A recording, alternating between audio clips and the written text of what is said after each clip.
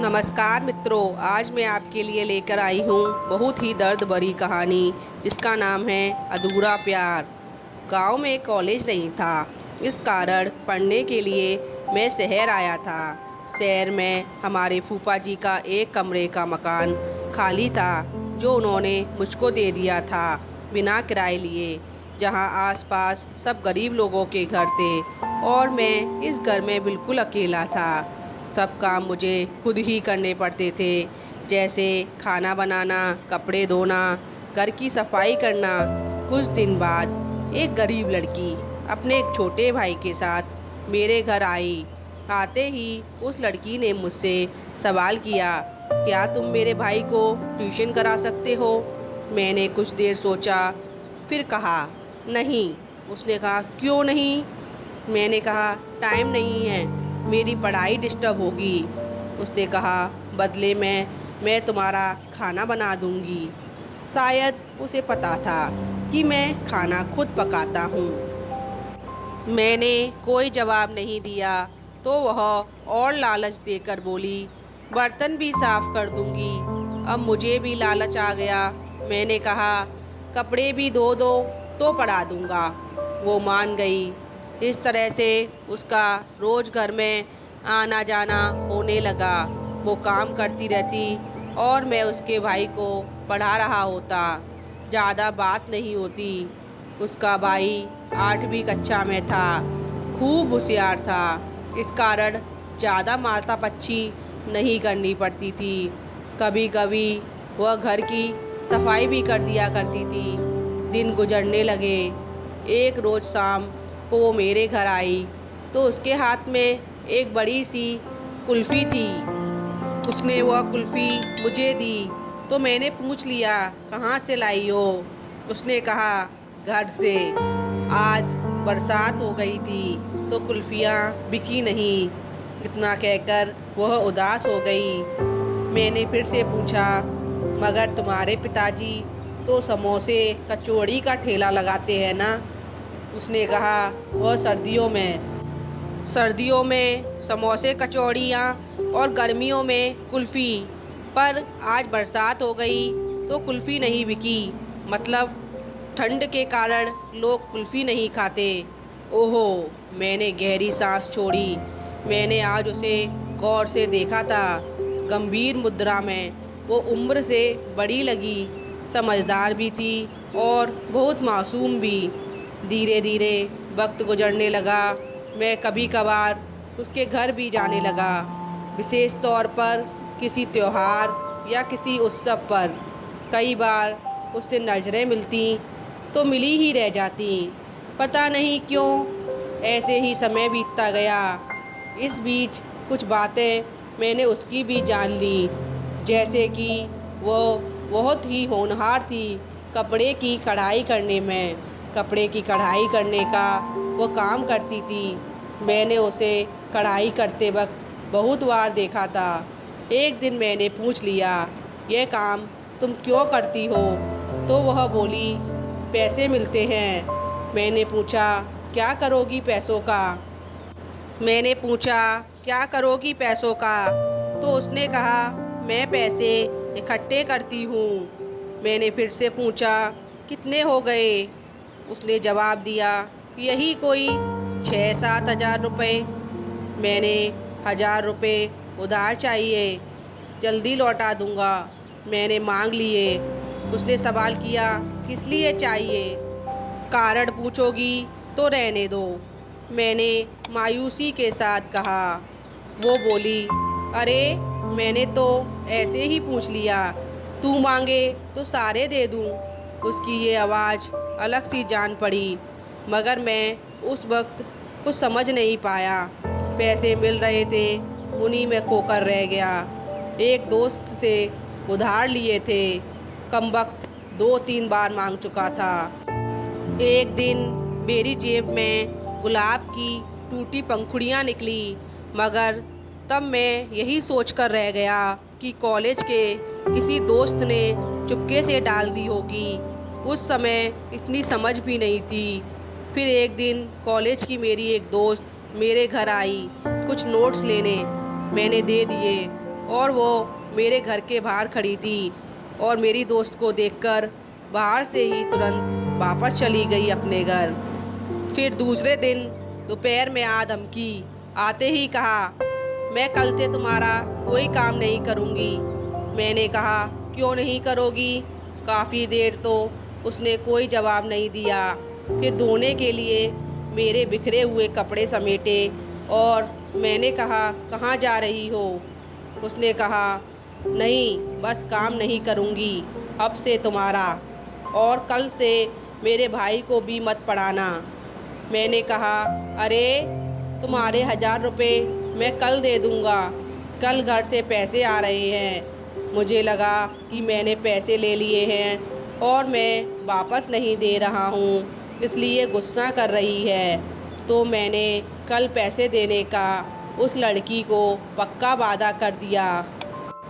लेकिन उसने कहा, पैसे नहीं चाहिए मुझे। तो मैंने कहा, पक्का लौटा दूंगा तुम्हारे पैसे कल। तो फिर क्या चाहिए तुम्हें? मैंने आंखें उसके चेहरे पर रखी और उसने एक बार फिर से मुझसे नज़र मिलाई तो लगा हजारों प्रश्न हैं उसकी आंखों में, मगर वह प्रश्न मेरी समझ से बाहर थे। उसने कोई जवाब नहीं दिया और मेरे कपड़े लेकर चली गई। अपने घर से ही कपड़े धोकर लाया करती थी। दूसरे दिन वह नहीं आई, ना ही उसका भाई आया पढ़ने। मैंने जैसे तैसे खाना बनाया और फिर खाकर कॉलेज चला गया। दोपहर को आया तो सीधा उसके घर चला गया, यह सोचकर कि कारण तो जानूं काम नहीं करने का। उसके घर पहुंचा तो पता चला कि वो बीमार है। उसकी तबीयत ठीक नहीं थी। एक छप्पर में चारपाई पर लेटी थी, अकेली। घर में उसकी मम्मी थी जो काम में लगी थी। मैं उसके पास पहुंचा तो उसने मुंह फेर लिया करवट लेकर। मैंने पूछा, दवाई ली क्या? नहीं, छोटा सा जवाब दिया बिना मेरी तरफ देखे। मैंने कहा, क्यों नहीं ली? उसने कहा, मेरी मर्जी, तुझे क्या, जा यहाँ से। मैंने फिर पूछा, बता दो, मुझसे नाराज़ क्यों हो? क्यों नहीं आ रही हो मेरे घर काम करने? तुम सब समझते हो। उसने यह जवाब मेरी तरफ बिना देखे दिया। मैंने फिर से कहा, क्यों नहीं ली दवाई? उसने फिर से कहा, मेरी मर्जी, तुझे क्या, मुझसे नाराज़ क्यों हो ये बता दो। तो फिर उसने फिर से कहा, तुम सब समझते हो, फिर मैं क्यों बताऊं? मैंने कहा, प्लीज़ बता दो, मुझे कुछ नहीं पता, ना ही मैं कुछ समझता हूँ। तुम्हारी कसम, सुबह से परेशान हूँ, बता दो। नहीं बताऊंगी, जाओ यहाँ से। इस बार उसकी आवाज़ रोने जैसी थी। मुझे ज़रा घबराहट सी हुई। डरते डरते उसके हाथ को छू कर देखा तो मैं उछल कर रह गया। बहुत गर्म था। मैंने उसकी मम्मी को पास बुलाकर बताया। फिर हम दोनों उसे हॉस्पिटल ले गए। डॉक्टर ने दवाई दी और एडमिट कर लिया। कुछ जांच वगैरह होनी थी क्योंकि शहर में 1-2 डेंगू के मामले आ चुके थे। अब मुझे चिंता सी होने लगी थी। उसकी माँ घर चली गई उसके पापा को बुलाने। मैं उसके पास अकेला था। बुखार जरा कम हो गया था तो वह गुमसुम सी लेटी थी। दीवार को लगातार घूरे जा रही थी। मैंने उसके चेहरे को सहलाया तो उसकी आंखों में आंसू आ गए और मेरे भी। मैंने भरे गले से पूछा, बताओगी नहीं? तो उसने आंखों से आंसू लिए तो मुस्कुराकर कहा, अब बताने की ज़रूरत नहीं है। पता चल गया है कि तुझे मेरी परवाह है ना? मेरे होठों से अपने आप एक ही अल्फाज निकला, बहुत। उसने कहा, बस, अब मैं मर भी जाऊं तो कोई गिला नहीं। उसने मेरे हाथ को कसकर दबाते हुए कहा। उसके इस वाक्य का कोई जवाब मेरे मुंह से नहीं निकला, मगर मेरी आंखों से झरझर आंसू बहने लगे। वह उठकर बैठ गई और बोली, रोता क्यों है पागल? मैंने जिस दिन पहली बार तेरे लिए रोटियां बनाई थी उसी दिन से चाहती हूँ तुझे। एक तू था पागल, कुछ समझने में इतना वक्त ले गया। फिर उसने अपने हाथ से मेरे आंसू भी पोंछ दिए। फिर थोड़ी देर बाद उसके घर वाले आ गए। रात हो गई थी, उसकी हालत में कोई सुधार नहीं हुआ। फिर देर रात तक उसकी बीमारी की रिपोर्ट आ गई।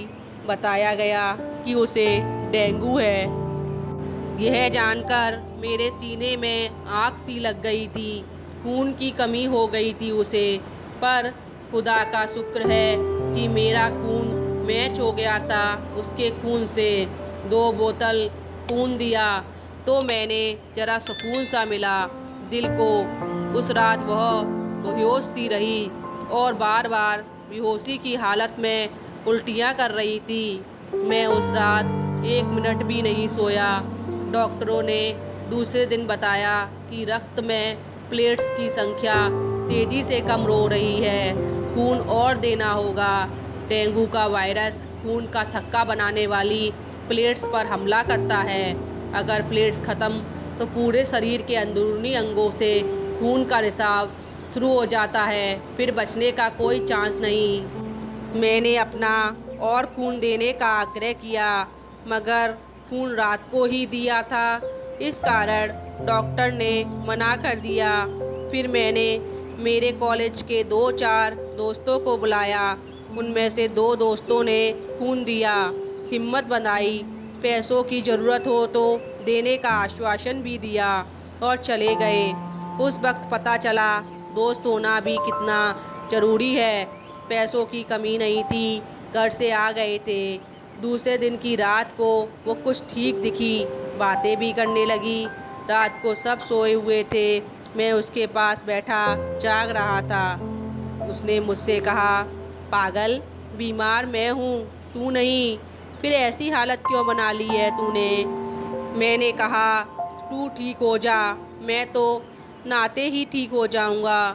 उसने उदास होकर पूछा, एक बात बता। मैंने कहा, क्या? उसने कहा, मैंने एक दिन तुम्हारी जेब में गुलाब डाला था, तुझे मिला? मैंने कहा, सिर्फ पंखुड़ियाँ मिली थी। हाँ। उसने कहा, कुछ समझे थे? मैंने कहा, मैं तो कुछ नहीं समझा। तो उसने कहा, क्यों नहीं समझा? सोचा था कॉलेज के किसी दोस्त का मजाक है। उसने दोबारा पूछा, और वो रोटियां? तो मैंने कहा, कौन सी रोटियां? दिल के आकार वाली। अब समझ में आ रहा था, बुद्धू हो। हाँ। और फिर वह हंसी, काफ़ी देर तक मासूम सी हंसी हंसती रही और मैं उसे देखे जा रहा था और सोच रहा था, क्यों नहीं समझ पाया मैं इसके प्यार को। फिर उसने पूछा, कल सोए थे क्या? मैंने कहा, नहीं। तो उसने कहा, अब सो जाओ, मैं ठीक हूँ, मुझे कुछ नहीं होगा। सचमुच मुझे बहुत नींद आ रही थी, मगर मैं सोया नहीं। मगर वो सो गई, फिर घंटे भर बाद वापस जाग गई। उस वक्त मैं ऊँग रहा था। उसने मुझे आवाज़ लगाई, सुनो। मैं नींद में था और नींद में ही मैंने जवाब दिया, हाँ। ये बताओ, ये बीमारी छूने से किसी को लग सकती है क्या?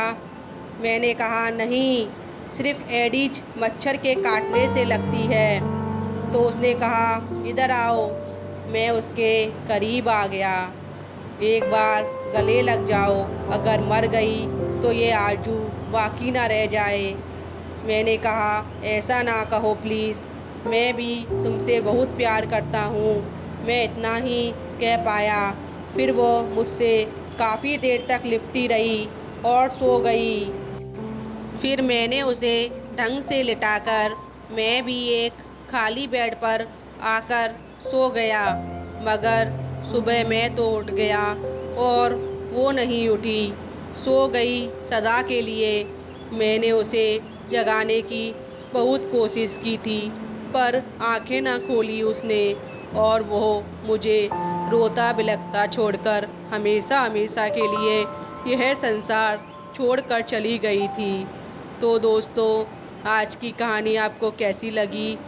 पसंद आई तो चैनल को लाइक, सब्सक्राइब और शेयर ज़रूर करें। धन्यवाद।